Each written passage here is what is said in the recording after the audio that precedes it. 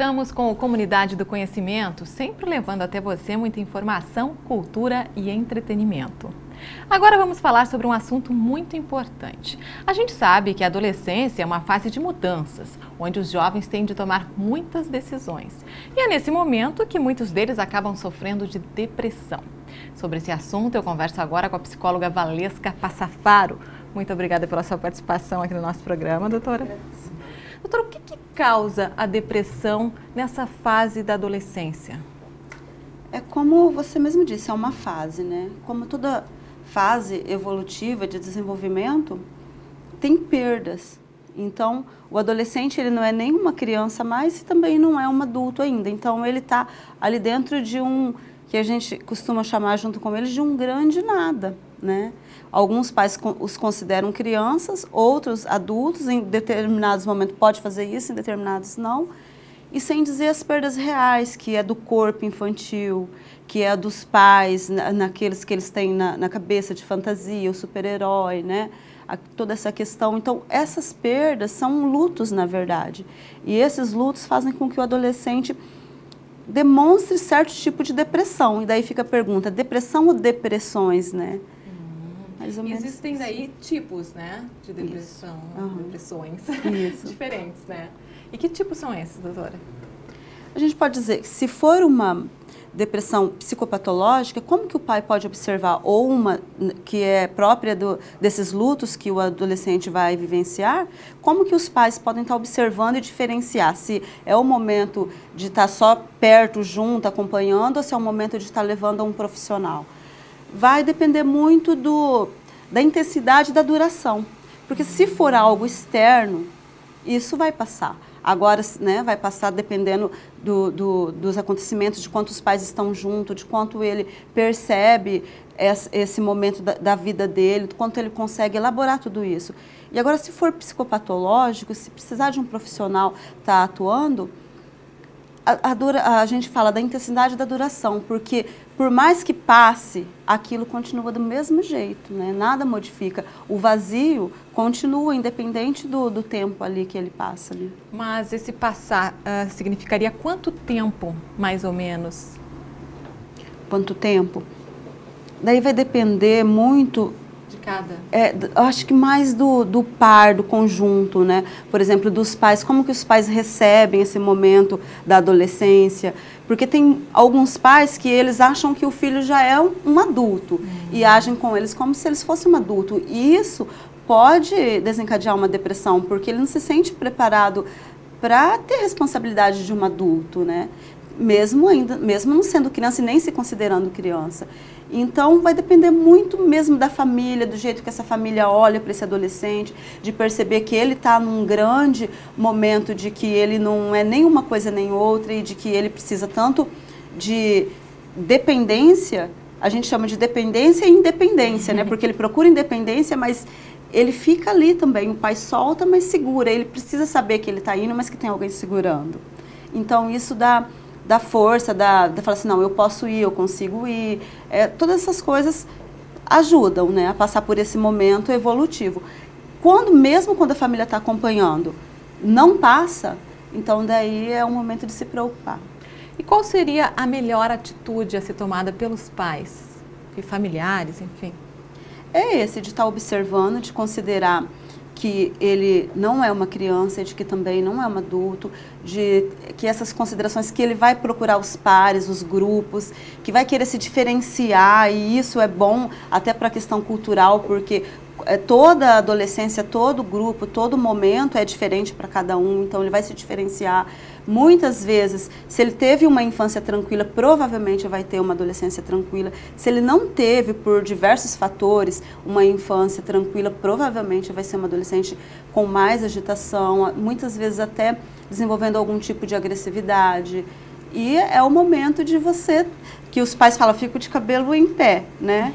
Mas é o momento de que você tem que estar muito junto. Conforme era aquele bebê, que os pais ficavam ali junto, o adolescente ainda precisa desses pais que estão junto, mas que também deixam ele caminhar um pouquinho sem eles. E quais são os sintomas, doutora? São que nem o da depressão de adultos, normal? A pessoa fica triste, fica tirada, fica... Como que são sentidos esses sintomas? Tem os sintomas parecidos com a depressão de adulto, mas a gente observa muito uma depressão mais agitada. Rebelde? Por exemplo, muito agitação psicomotora, insônia. Muitas vezes não é a falta de apetite, mas o apetite é onde eles engordam e falam assim, está engordando, mas é uma depressão. Aquela vontade de não parar dentro de casa, nunca tá bom dentro de casa, não consegue assistir uma televisão com os pais, com os próprios irmãos, sempre quer estar na rua. Por que de querer sempre estar na rua e nunca ali? São questões, são questionamentos que dá para fazer e perguntar se realmente aquele comportamento que está tão diferente de um pouquinho atrás, se não é uma depressão, né? Que não a depressão não é só apontada como aquela apatia que você fica ali deitado, que você não quer comer, que você dorme um tempão, fica mais tempo dormindo, também. Mas no adolescente a gente percebe uma coisa mais agressiva dentro da depressão. E aí, como tratar? Então, se for uma depressão patológica, dependendo do grau e da intensidade, pode entrar com a medicação e a psicoterapia.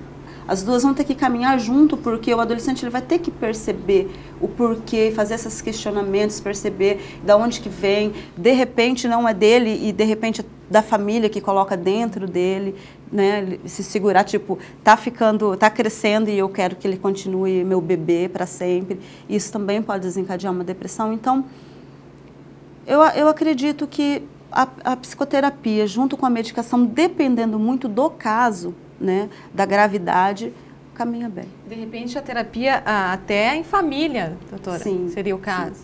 Sim. Muitos adolescentes, eles vão para terapia e a gente percebe a necessidade da família estar inserida naquele momento. E é fácil dos adolescentes aceitarem essa terapia, enfim?